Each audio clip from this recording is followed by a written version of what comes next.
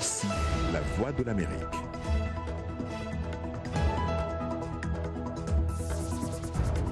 Madame, Monsieur, bonsoir. Bienvenue dans Le Monde aujourd'hui. Voici les titres de votre journal.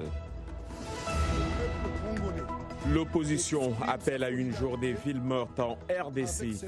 La CENI a franchi la ligne rouge, estime la coalition derrière Martin Fayoulou, alors qu'on signale des manifestations à Béni et à Goma.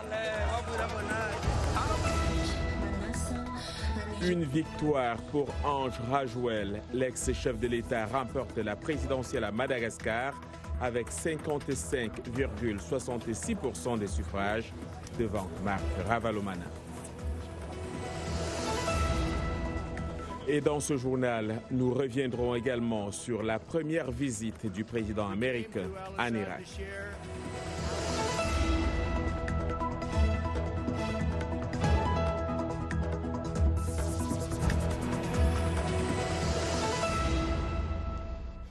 En République démocratique du Congo et à 3 jours des élections prévues dimanche, une partie de l'opposition a lancé un appel à la grève générale vendredi.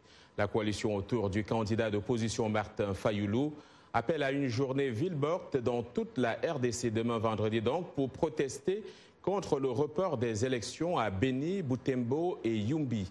Avec ce report, la Commission électorale nationale indépendante vient de franchir la ligne rouge, déclare cette coalition soutenue par Moïse Katumbi et Jean-Pierre Bemba. Suivant cette déclaration devant la presse de Pierre Lumbi, directeur de campagne de Martin Fayoulou.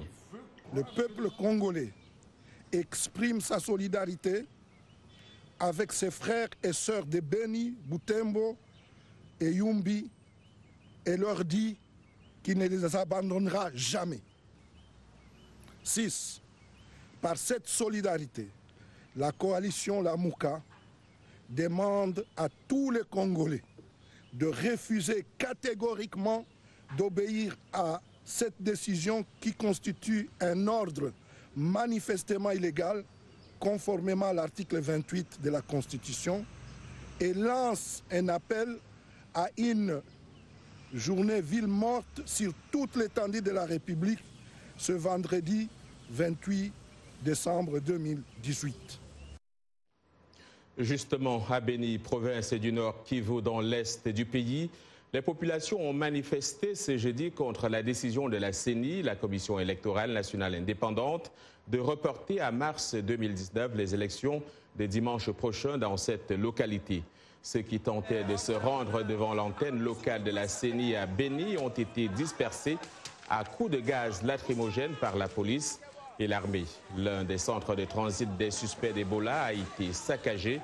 Les membres des équipes de riposte contre l'épidémie signalent d'ailleurs la fuite de plusieurs personnes qui y sont internées. La zone de Béni est frappée depuis plusieurs mois par une épidémie d'Ebola et les tueries civiles y sont fréquentes. Je vous propose de suivre ces quelques réactions. Cela nous intéresse pas, c'est que la lutte a proposé que nous devrons revendiquer notre droit dans la non-violence, c'est-à-dire que nous sommes dans la route pour réclamer notre propre droit, monsieur le journaliste. À Ben, nous sommes fâchés, on a dit que Béni Butembo ne va pas voter, alors que nous tous, nous sommes des Congolais. Si nous ne sommes pas des Congolais, qu'on nous dise la vérité. Mais nous voulons les élections. Si Kabila ne veut pas donner les élections, il sera chassé avec toute son équipe, avec le président de la CENI qu'on appelle Cornet. Nous sommes fâchés. Trop c'est trop. Trop c'est trop. Notre constitution, ce n'est pas connu. On nous a promis que non, ça sera les 30. Encore promettre encore après les 30, ça sera quelle date? Nous sommes fatigués, nous voulons voter.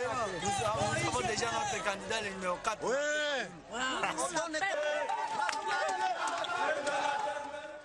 La situation est donc tendue dans la partie est de la RDC au lendemain du report du scrutin pour mars dans les régions de Béni, Butembo et Yumbi.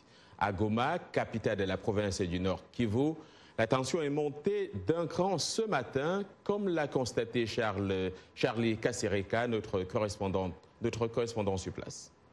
Les manifestations ont débuté dès les premières heures de la matinée dans les quartiers nord de la ville de Goma. Des jeunes ont dressé des barricades sur les routes. La police les a dispersés à coups de gaz lacrymogène. Aucune arrestation n'a été signalée, mais les manifestants en colère promettent de revenir à la charge. Nous sommes des patriotes et nous allons verser nos sangs à bout.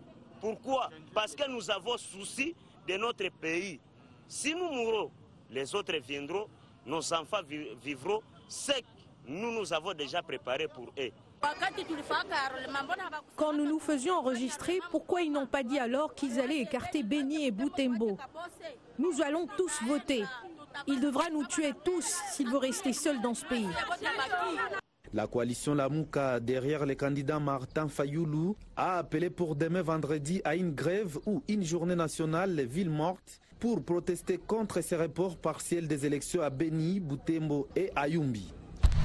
Ce soir, la situation est devenue calme à Goma, mais les dispositifs sécuritaires restent maintenus avec une forte présence policière dans les coins stratégiques de la ville. Car les manifestants promettent de revenir demain vendredi dans une autre série de manifestations. Charlie Kassereka pour VOA Afrique, Goma. Pour analyser cette actualité en RDC, rendons-nous à Bruxelles où se trouve Henri Désiré Nzouzi, journaliste et analyste politique. Henri Désiré Nzouzi, bonsoir et bienvenue. Bonsoir John. Quelle analyse faites-vous de la situation actuelle en RDC en rapport avec l'organisation de ce scrutin qui pour l'heure est prévu dimanche? La CENI a multiplié les maladresses, c'est le moins que l'on puisse dire. Le report d'une semaine avait déjà été très mal accueilli et l'exclusion des trois villes que vous avez citées, Béni, Butembo et Yumbi, est la goutte d'eau qui fait véritablement déborder le vase. En réalité, c'est une mesure incompréhensible, d'autant que le ministre de la Santé lui-même avait rassuré que la situation d'Ebola, notamment dans la partie Béni-Butembo, n'aurait aucun impact par rapport au processus électoral. Je pense qu'il faut trouver à ces décisions de ces derniers jours plutôt une stratégie, pour ne pas dire un stratagème de la CENI pour davantage apporter de confusion dans le processus. Alors, un report qui continue donc de créer des vagues. Martin Fayoulou, le candidat de la coalition Lamuka, a lancé un appel à la grève. Est-ce que l'opposition ne court pas là le risque de provoquer un nouveau report des élections? La CENI pourrait, par exemple, évoquer des raisons de sécurité et d'ordre public. Alors, ce n'est pas toute l'opposition, hein. Vous l'avez évoqué vous-même, c'est Lamuka qui a lancé cet appel.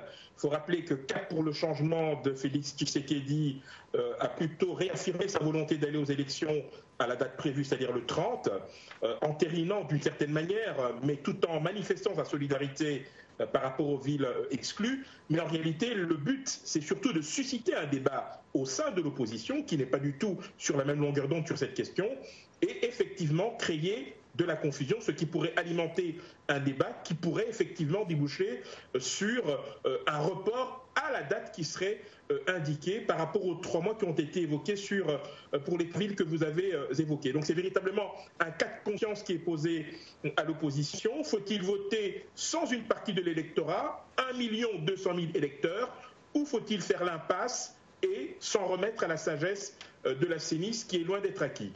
Henri, on l'a appris ce soir, Kinshasa enjoint l'Union européenne de rappeler dans les 48 heures son représentant en RDC après le maintien des sanctions contre 14 personnalités congolaises, dont le candidat du pouvoir.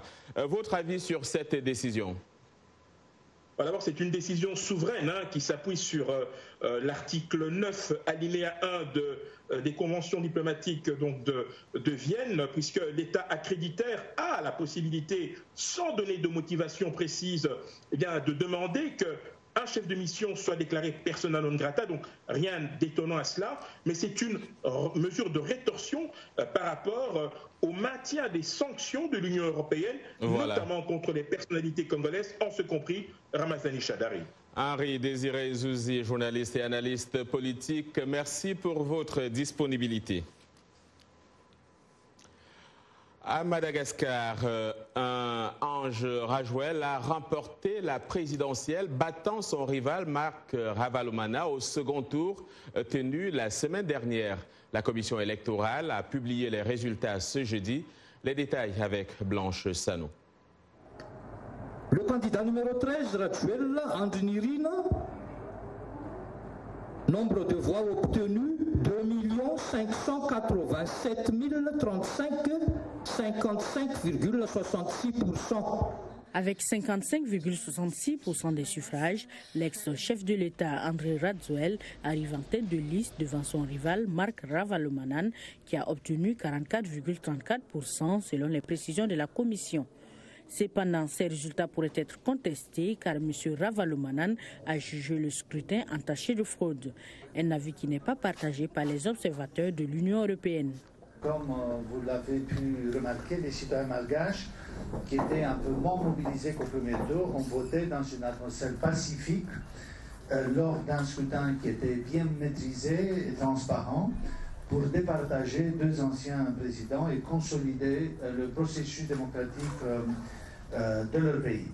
Surnommé TGV par ses partisans pour son côté fonceur, Andry Rajouel revient au pouvoir à tout juste 44 ans. Entrepreneur et homme de communication, le nouveau président prône un esprit de rassemblement pour sortir le pays de la crise. Il a désormais un mandat de 5 ans pour le prouver. Quant à la Haute Cour constitutionnelle, elle dispose de 9 jours pour valider ou infirmer les résultats après l'examen d'éventuels recours. Au Soudan, un réseau de journalistes défendant la liberté d'expression a entamé ce jeudi une grève de 3 jours pour protester contre la répression par le gouvernement de la campagne de manifestation visant à dénoncer les hausses des prix du pain. Un mouvement qui affecte une dizaine de villes du pays, dont la capitale Khartoum, depuis le 19 décembre. Les manifestations ont surtout fait 19 morts, dont deux membres des forces de sécurité, selon un nouveau bilan des autorités. Au-delà des revendications sociales, les manifestants réclament aussi la chute du régime du président Omar El-Béchir au pouvoir depuis 1989. On n'a pas fini de parler du voyage surprise de Donald Trump en Irak. Le président américain est allé rendre visite aux troupes américaines stationnées dans ce pays. Une visite qui intervient peu de temps après la décision controversée de Trump de retirer les troupes américaines de Syrie et de préparer un retrait des troupes qui sont en Afghanistan. Les précisions d'Arjuma Compaoré. Le président Donald Trump et la première dame Melania Trump étaient de retour à la Maison-Blanche jeudi après ce voyage éclair en Irak pour rendre visite aux troupes américaines postées sur place. C'était la première visite de Donald Trump dans une zone de conflit en tant que président. À peine 1 heure à son retour, il a tweeté « Une chose est sûre, nous avons des gens incroyables représentant notre pays, des gens qui savent gagner. » La visite secrète s'est déroulée au lendemain de Noël, en plein milieu de la fermeture partielle du gouvernement aux États-Unis et d'une décision controversée annonçant la retraite d'une partie des troupes américaines de Syrie et d'Afghanistan. Trump a défendu sa décision de se retirer de la Syrie, revendiquant à nouveau la victoire sur le groupe terroriste État islamique. Il y a 2 ans, lorsque je suis devenu président, ils formaient un groupe très dominant. Ils étaient très dominants. Aujourd'hui, ils ne sont plus aussi dominants. Excellent travail. Le secrétaire à la défense Jim Mattis et l'envoyé spécial de la coalition mondiale contre l'État islamique Brett McGurk ont tous deux démissionné, invoquant entre autres des divergences de vues avec Trump. Du côté irakien, les réactions ne se sont pas faites attendre. Trump est entré clandestinement en Irak sans aucune coordination et aucun respect pour la souveraineté de l'Irak. Nous appelons le gouvernement irakien et la communauté internationale à retirer toutes les troupes américaines d'Irak, y compris l'ambassadeur américain. Elles ne sont pas les bienvenues.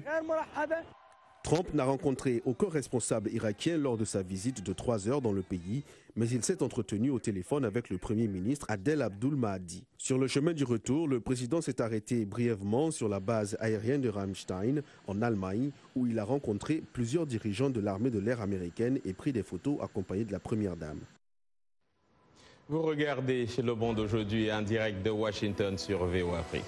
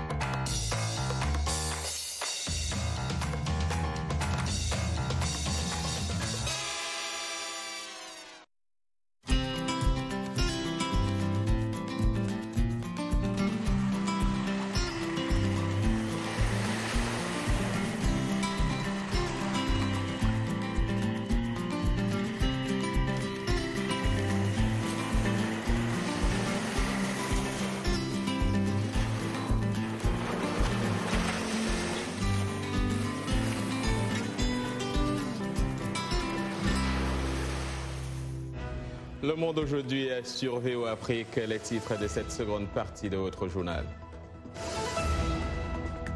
Le business des mères porteuses en pleine expansion. Nous verrons qu'au Nigeria, malgré le conservatisme religieux, beaucoup de couples y ont recours. Nous vous conduirons en musique dans le Tennessee, ici aux États-Unis, avec cette musique country qui fait sa fierté. Et le banjo y est pour quelque chose.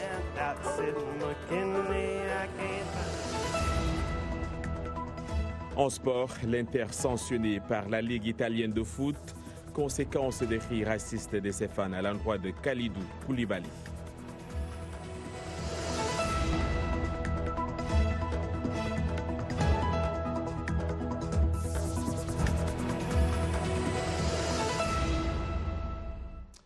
Aujourd'hui, dans notre série Nous Congolais, nous allons à la rencontre de Cynthia Ntumba, une jeune Congolaise de 32 ans. Cynthia souhaite devenir députée.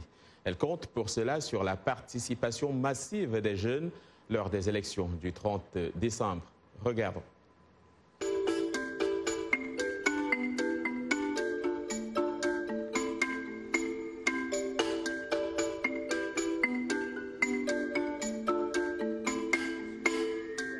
Pour moi, être congolais, c'est posséder la nationalité congolaise.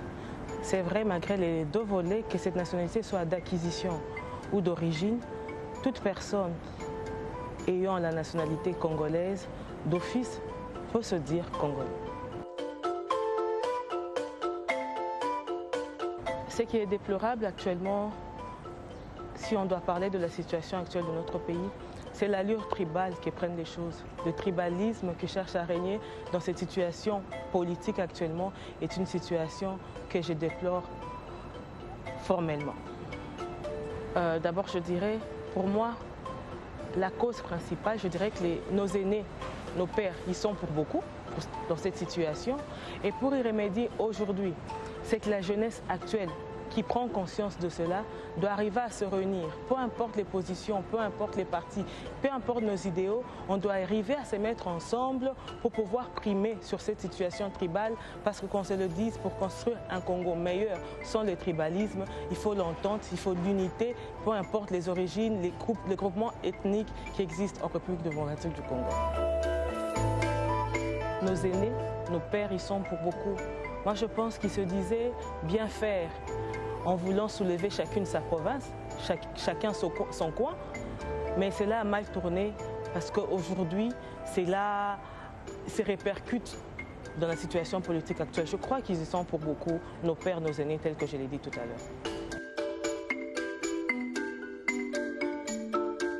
Je suppose que ce sont les candidats présidents de la République vers qui je m'adresse aujourd'hui pour leur demander, je sais que c'est pénible et c'est dur en ce moment-ci, qu'ils pensent à la population congolaise. Après les élections, que chaque candidat accepte les résultats des urnes, qu'il puisse, chaque candidat, mettre en place des observateurs, des témoins s'il faut à tous les bureaux, de sorte que ce jour-là, les résultats des urnes ne soient pas des résultats contestés. Citoyens congolais, je crois que l'heure du changement du Congo est arrivée.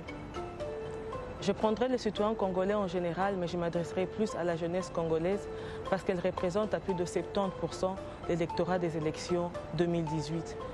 D'être conscient, de voter conscient, de savoir à qui ils donnent leur voix parce que l'avenir de la RDC en dépend. Je suis de ceux et celles qui pensent que la violence n'a pas sa place. Pour moi, je dirais, peu importe les situations, le dialogue prime. Il y a toujours des solutions qui peuvent faire qu'on puisse éviter la violence. Donc, je ne vois pas qu'est-ce qui peut définitivement m'emmener à la violence, tandis qu'il y a une longue procédure avant d'arriver à la violence qu'on peut exactement respecter et admettre. En faisant une projection, je me dirais que cela dépendra des résultats des urnes. Aujourd'hui, la population congolaise, si elle votait les mêmes personnes qu'il y a quelques années, qu'il y a 5 ans, je ne vois pas comment ces gens changeraient le Congo en une année. Mais si la population se décide de mettre en place ces personnes capables, compétentes pour pouvoir apporter un plus, dans une année, je ne pense pas qu'on aura un apport à 100%, à 50%, à 20% ou à 30%, mais je me dirais même à 0,5%, le changement sera visible et palpable en République démocratique du Congo.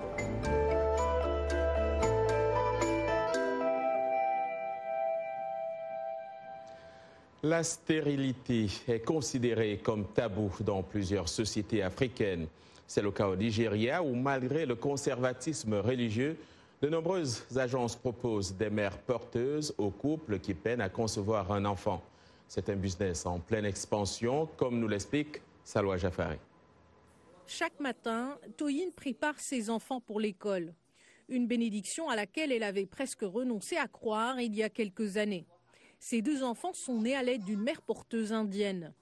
12 années de lutte contre le cauchemar des fibromes utérins l'ont amenée à opter pour cette solution. Aujourd'hui, elle souhaite donner cette même opportunité à des couples en difficulté. Toyin a ouvert son agence Precious Conceptions, conception précieuse. La maternité de substitution existe au Nigeria et lorsque vous le faites légalement, vous signez les documents nécessaires. Vous obtenez un avocat, vous contactez un organisme comme le nôtre qui vous guide tout au long du processus. Vous êtes en sécurité, l'hôpital vous donne le bébé directement. Au Nigeria, il n'existe pas de loi qui régule la maternité de substitution. Ce n'est ni autorisé ni interdit. Ada est mère porteuse, elle a reçu près de 100 000 € et un toit pendant sa grossesse en échange de ses services.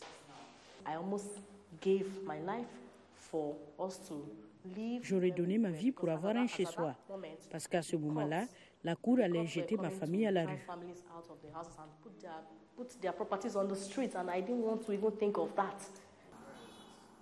Dans un pays conservateur tel que le Nigeria, la maternité de substitution est désapprouvée par les chrétiens évangéliques et par les imams.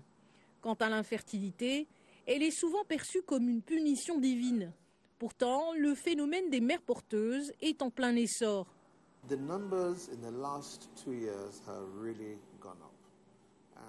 Les chiffres des 2 dernières années ont vraiment augmenté. Nous n'avons pas seulement des résidents du Nigeria, nous avons beaucoup de demandes de Nigérians vivant en Europe et des Nigérians vivant aux États-Unis.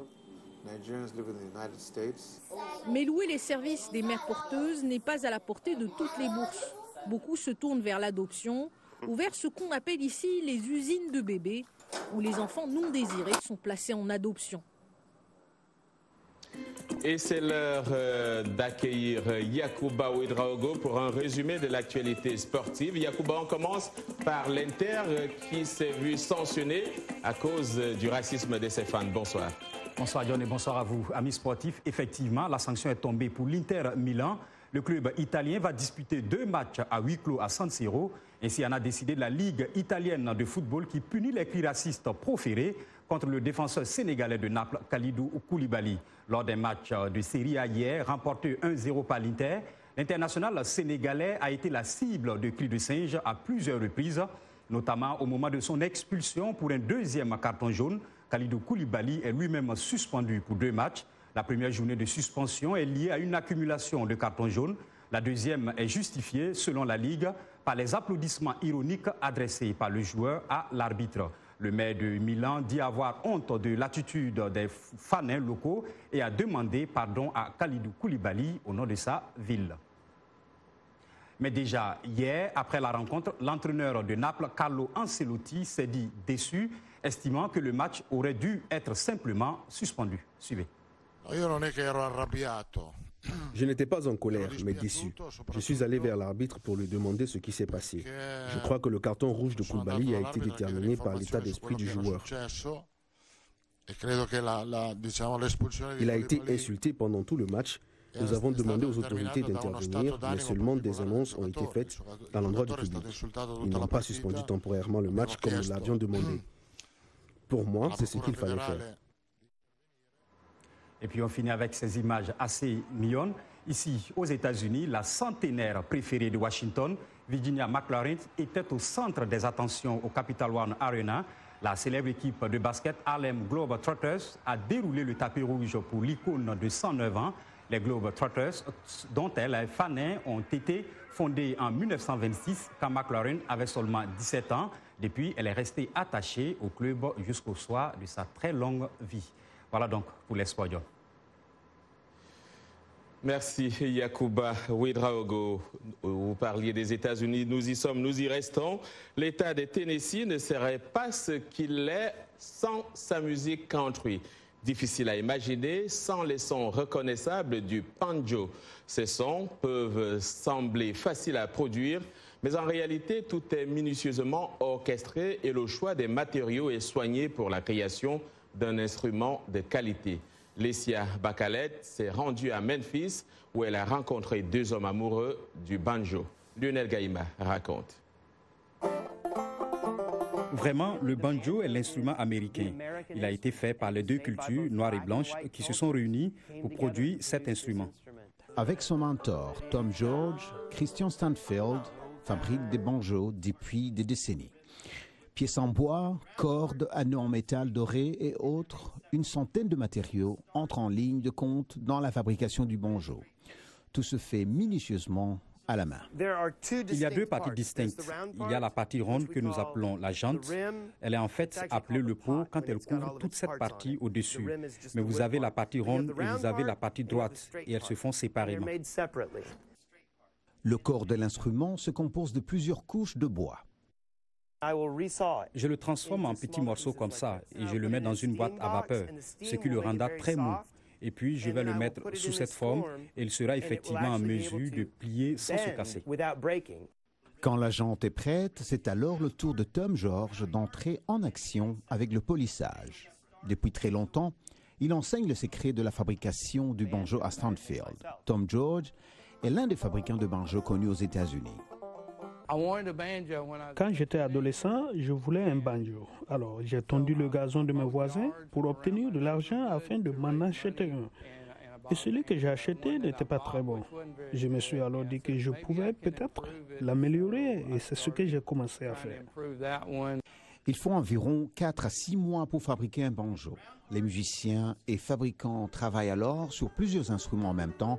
Au bout du processus, ils se donnent à cœur joie à ce qu'ils aiment. Jouer du banjo.